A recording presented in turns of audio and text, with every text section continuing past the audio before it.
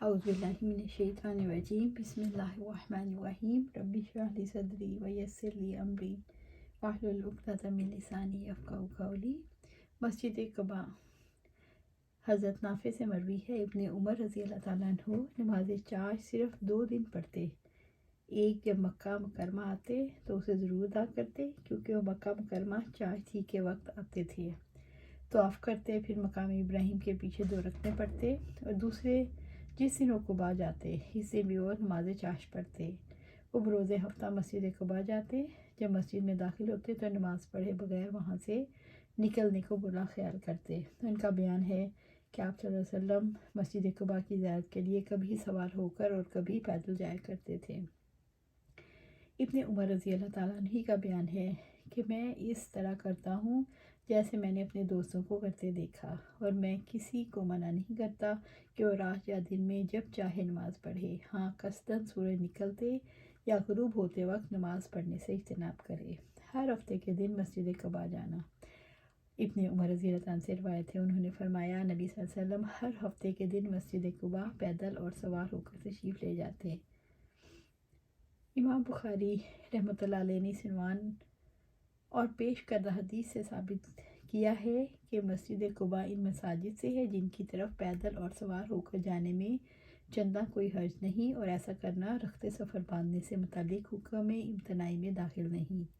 مسجد قباء کی طرف پیدل اور سوار جانا۔ عبداللہ بن عمر رضی اللہ عنہ سے روایت ہے، انہوں نے فرمایا نبی صلی اللہ علیہ وسلم مسجد قباء پیدل اور سوار ہو کر تشریف لاتے۔ رسول اللہ صلی اللہ علیہ وسلم کی قبر مبارک اور منبر کے درمیانی مقام کی فضیلت۔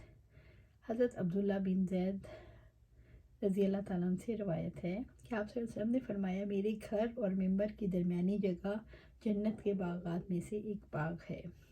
ابو ہریرہ رضی اللہ تعالیٰ عنہ سے روایت ہے کہ نبی صلی اللہ علیہ وسلم نے فرمایا میرے گھر اور منبر کے درمیان مقام جنت کے باغوں میں سے ایک باغ ہے، اور قیامت کے دن میرا منبر میرے حوض پر ہوگا۔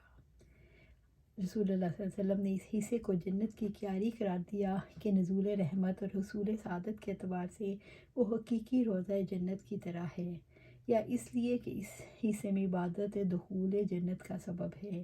یہ بھی ہو سکتا ہے اسے حقیقی معنی پر محمول کیا گیا ہو، آخرت میں یہ ٹکڑا بعینہ جنت میں منتقل ہو جائے۔ علامہ عینی نے امام خطابی کے حوالے سے لکھا، جو شخص حصے میں عبادت کا اہتمام کرے وہ جنت کے باغوں میں داخل ہوگا، اور جو شخص منبر کے پاس عبادت کرے گا وہ جنت میں حوض کوثر سے سیراب کیا جائے گا۔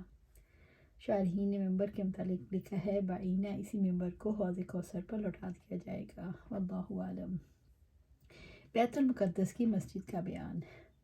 قزہ مولا سے روایت ہے، انہوں نے کہا میں نے حضرت ابو سعید خدری رضی اللہ تعالیٰ عنہ سے 4 احادیث سنی جو وہ نبی صلی اللہ علیہ وسلم سے بیان کرتے تھے، وہ مجھے بہت پسند آئیں اور انہوں نے مجھے بہت خوش کیا۔ آپ نے فرمایا کوئی عورت اپنے خاوند یا محرم کے بغیر 2 دن کا سفر نہ کرے۔ عید الفطر اور عید الاضحیٰ 2 دنوں کا روزہ نہیں رکھنا چاہیے۔ 2 نمازوں کے بعد کوئی نماز نہیں ہوتی، نماز فجر کے بعد یہاں تک کہ سورج طلوع ہو جائے، اور نماز عصر کے بعد یہاں تک کہ سورج غروب ہو جائے۔ 3 مساجد کے علاوہ کسی دوسرے مقام کی طرف تقرب اور عبادت کی نیت سے رخصت رختے سفر نہ باندھا جائے، مسجد حرام، مسجد اقصیٰ اور میری مسجد یعنی مسجد نبوی۔